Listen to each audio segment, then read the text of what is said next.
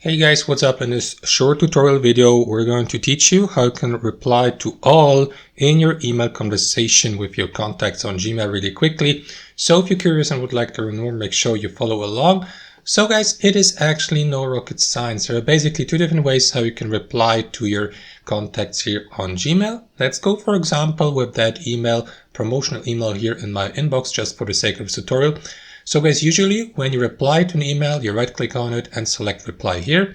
However guys, replying in that way using that feature replies only to that one sender without including, for example, the addresses included in the CC section and so on and so forth. So only to that one sender. If you'd like to include all members or participants of the given conversation, including also the senders included in the CC section, what you want to do is simply right click on the given email again and select reply all below instead of reply, and that is going to include all participants of the given conversation that have participated in that conversation so far. For example, if it's a longer chain of emails or exchange of messages and emails, and that is going to send a respond to all of the participants. So you may, for example, type in your answer below, click on send here, and that is going to send the given answer here, as you can see, RE, to that topic or subject to all participants of that conversation, guys. And that's how it works in practice. Thanks for watching and have a fantastic day.